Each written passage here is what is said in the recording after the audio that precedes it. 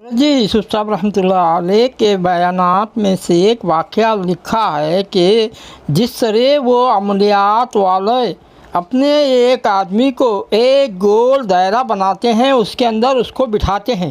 اور کہتے ہیں ایک وظیفہ کرتے رہنا، اور جب تو اس کے اندر بیٹھ کے وظیفہ کرتے رہے گا تیری طرف کچھ شکلیں آئے گی، گھبرانا نہیں اور وظیفہ بند نہیں کرنا کہ اگر گھبرایا تو اس سے باہر نکلا تو وظیفہ چھوڑ دیا تو پھر پریشانیاں میں گھر جائے گا، ہلاک ہوگا۔ اب وہ عمل کرنے والا عامل کے بتائے ہوئے وظیفے کی پابندی سے پڑھتا رہتا ہے اور اس دوران میں مختلف واقعات اس پر آتے ہیں، مختصر صورتیں، ڈرونی مناظر آتے رہتے ہیں،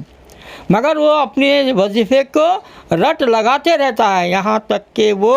مدت پوری ہو جاتی ہے، چھلا دو چھلے 21 دن یا 20 دن جب وہ پابندی سے ان کو پورا کر لیتا ہے تو پھر وہ جنات جو اس کو مختلف صورتوں میں ڈرانے کو آ رہے تھے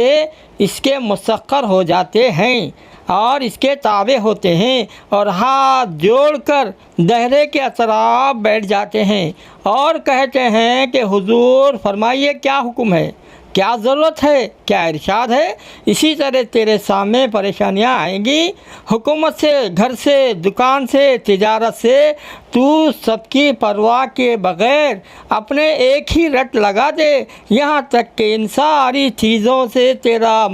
دل ہٹ جائے، جو صبر کر تیرے لوگوں کے تانے سے، گالیاں سے لوگ تیرا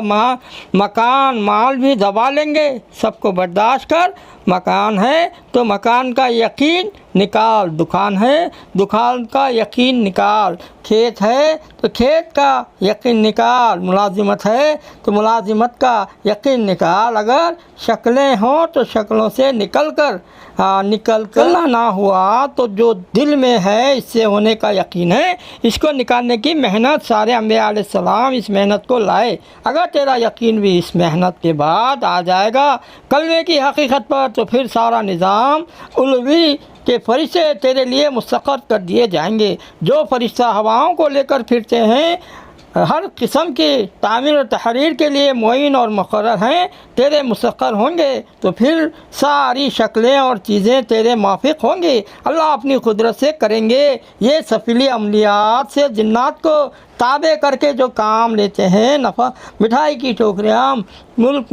مال کے خوبی سے اپنے فلاں کے گھر میں کیا باتیں ہو رہی ہیں، اب یہ کمبخت سفیلی عملیات سے جنات کے مسخر کر کے ان کی باتیں سنتے پیر اور مرشد بن کر لوگوں کو گمراہ کرتے ہیں، خود بھی گمراہ مرنے کے اور جہنم میں دونوں جلیں گے۔ اللہ بات پر میں خوب پٹائیاں ہوں گی۔ اب ساری چیزوں کی تدبیر کر کے نماز کی صورت کی طرف لوٹ، اپنی ضرورتوں کو پورا کرنے کے فائدہ لینے کے لیے نماز کی طرف لوٹ جا۔ نماز صورت ہے، شکل ہے، فائدہ اللہ کی ذات سے لینے کا۔ کلمے والا ساتھ تو زمین و آسمان سے بڑا ہے۔ یہ کلمہ نماز نبیوں والا راستہ ہے، اس سے فرعون ڈوبا، اس پر قارون دھسا، اسی پر عاد، نمرود، سبا برباد ہوئی، اسی پر نوح علیہ السلام کی قوم ڈوب کر ہلاک ہوئی۔ اب 24 گھنٹوں کی زندگی ان دو میں کلمہ نماز میں لگے گی یا ان کے مناسبات کیا ہیں؟ تعلیم کے حلقے مجلس میں اپنے اعضاء و جوار اور ان کے اعمال سے لینے کی مشق ہے۔ نماز کی شکل صورت سے لو، یقین چیزوں سے ہٹا کر، اگر چیزوں سے لوگوں کے تو چیزوں کا یقین کیسے نکلے گا؟ نماز کو پڑھنا بناؤ اور اعضاء و جوار کا استعمال چیزوں میں نہ لگاؤ۔ بڑھیا شکل نماز ہے، اس شکل کی نماز پر سب انبیاء کو ملا، تم بھی اس سے لو۔ نبیوں کی طرح اللہ اس نماز سے زمین پھاڑ کر دیں گے۔ نبیوں کے لیے معجزات تھے، اب تمہارے لیے کرامت ہوں گی۔ کلمہ نماز دوسرے پر ساری حاجتیں، ضرورتیں اللہ تعالیٰ پوری کریں گے۔ تمہاری انداز شکلوں کے اعتبار سے نہ ہو بلکہ اعمال کے اعتبار سے ہو۔ کلمہ نماز علم و ذکر اخلاق کمانا ہے تو اس میں جھوٹ نہ ہو، سود نہ ہو، دھوکہ نہ ہو، خرچ اسراف نہ کر، خواہشات پر نہ خرچ کر، تقاضوں پر خرچ کر، پیسے کی احتیاط کے، گھر کی زندگی کی اخلاقات، راحت و عیش نہ آئے، پیسہ آ جائے تو پھر شکلیں بنانے کی طرف نہ مائل ہو، معاشرت والی مشق، نماز، کلمے کے نقشے پر زندگی گزارو، جن سے بھی تعلق ہو اللہ کے احکام سامنے رکھ کر معاملہ کرو، عدل اور انصاف کا معاملہ ہو، مسلمانوں کے ساتھ بھی غیر مسلمانوں کے ساتھ میں بھی خدمت کرو، دل سے اللہ کو راضی کرنے کے لیے معاوضہ لینے کی نیت نہ ہو، ایک کے بارے میں، محلے کے بارے میں، گاؤں کے بارے میں، ملک کے بارے میں، سارے عالم کے بارے میں انصاف کی بات کرو، اخلاق کے صحابہ کے استعمال کرنا ہے معاشرت میں،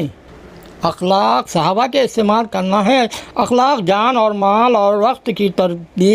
ترتیب انسانوں کے لیے اخلاق نام ہے، جان اور مال کی ترتیب انسانوں کے لیے دوسروں کے لیے ہو، اپنے تقاضے کو دبا کر دوسروں کے تقاضوں کے اوپر جان اور مال لگے، جتنا جان و مال دوسروں پر لگے گا اخلاق ان سے اتنے ہی بڑے ہیں، رسول اللہ صلی اللہ علیہ وسلم کے اخلاق سب سے بڑے تھے، انکا لخلق عظیم کہا گیا، جان اور مال اور وقت زندگی دوسروں کے لیے تھی، حضور صلی اللہ علیہ وسلم کی فیض رحمت سے صحابہ رضی اللہ عنہ کی زندگی بھی ایسی ہی تھی، صحابہ رضی اللہ عنہ اپنے تقاضوں کو دوسروں کے لیے دباتے تھے، ایک صحابی بکری کی سری ہدیے میں بھیجی، انہوں نے دوسرے صحابی کے متعلق جہاں گئے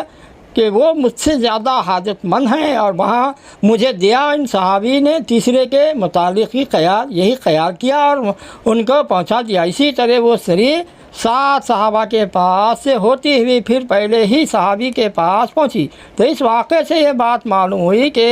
صحابہ رضی اللہ عنہ میں ہر ایک میں یہ خوبی صفت تھی کہ اپنے تقاضے سے پہلے دوسروں کے تقاضوں کو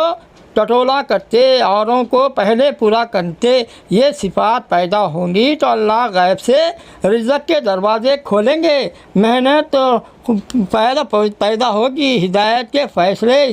ہوں گے سارے عالم کے لیے۔ مرزا شاہ غلام علی صاحب کے مرشد، ان کا خانہ خواہ دلی میں سینکڑوں لوگ دسترخوان پر اللہ نے کچھ ان کو ایسی عطا فرمائی تھی کہ دلی کے سارے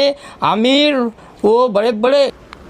عہدیداران کے معاطف تھے، مرید تھے، سب کے سب جس وقت اپنے پاس اچھا پکا کرے وہ ان کے دسترخوان پر بھیجا کرتے، بادشاہوں کے دسترخوان سے اچھے کھانے ان کے دسترخوان پر ہوتے، اور عمرہ کے لڑکے اور امیر لوگ بھی ان کے دسترخوان پر کھانے کے لیے آتے، اسی بہانے سے چلو برکت کے دسترخوان پر کھائیں گے۔ ان بزرگ مرزا صاحب کی یہ حالت تھی، جو کچھ بھی آتا وہ سب کا سب شام ہونے سے پہلے خرچ کیا جاتا یا تقسیم کیا جاتا، دوسرے دن کے لیے ایک جسد بھی نہیں رکھا جاتا، مگر جب ان کا وصال ہوا ان کی جگہ مرزا